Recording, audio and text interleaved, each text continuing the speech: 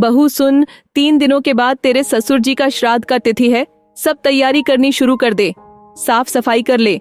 सब कुछ ठीक से होना चाहिए, कोई कमी नहीं रहनी चाहिए। सरला ने अपनी सासू माँ की बात सुनकर जवाब देना शुरू किया। मम्मी जी, रेणु दीदी और अपने दामाद जी से बोलिए कि आकर सारी तैयारी कर ले और पापा जी का श्राद्ध भी आकर कर दें। यह सुनकर सासू माँ बहुत तेज गुस्सा हो गई और बोली, सरला, तेरी हिम्मत कैसे हुई ऐसी बकवास करने की? रेणु और दामाद जी क्यों तेरे ससुर जी का श्राद्ध करेंगे? यह तेरी और तेरे पति यानी कि मेरे बेटे की जिम्मेदारी है, न कि बेटी और दामाद की। समाज के कुछ नियम कानून होते हैं। बेटियां शादी के बाद पराई हो जाती हैं और अपने ससुराल के रीति रिवाज और जिम्मेदारियां निभाती हैं। अच्छा मम्मी जी, समाज के कुछ नियम होते हैं, तो समाज का यह भी नियम तो होता है कि शादी के बाद बेटी को उसके ससुराल की संपत्ति में बहू के रूप में हक मिलता है, न कि मायके की संपत्ति में। फिर आपने कैसे पिछले साल अपनी सारी संपत्ति को 2 बराबर हिस्सों में बांट दिया? जब सारी जिम्मेदारियां हम दोनों ने निभाई हैं और आगे के भी सारे फर्ज हम दोनों निभाएंगे, तो हक भी हमें ही मिलना चाहिए। क्या किया था रेणु दीदी ने आप लोगों की सेवा के लिए या पापा जी की सेवा के लिए? सासू माँ और भी तेज गुस्से में बोली, बकवास मत कर सरला, यह कानून का फैसला है कि बेटियों को मायके की संपत्ति में बराबर का हक मिलना चाहिए।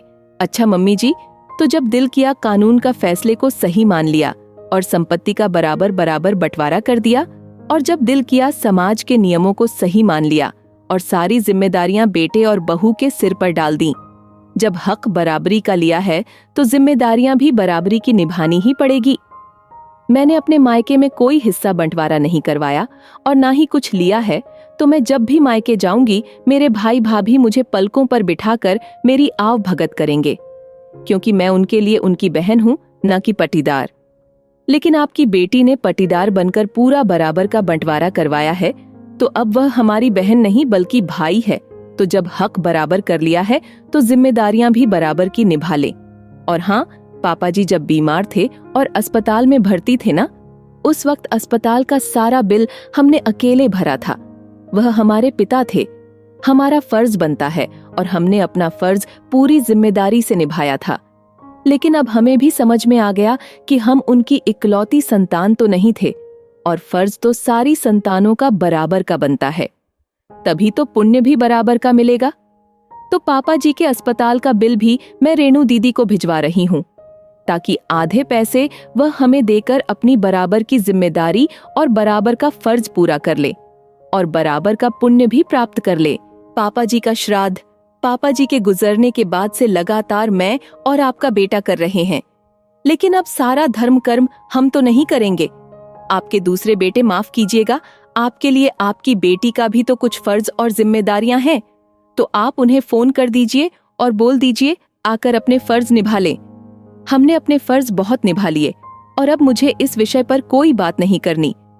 और हाँ, जब आपकी बेटी हमारे लिए हमारा भाई आए तो उससे यह भी कह दीजिएगा कि इस घर का आधा हिस्सा जो उन्होंने ताला मार कर रखा है, उसे खोलकर साफ सफाई करके अपना रहने खाने का इंतजाम उसमें कर ले। यहाँ उनकी कोई सेवा नहीं होने वाली।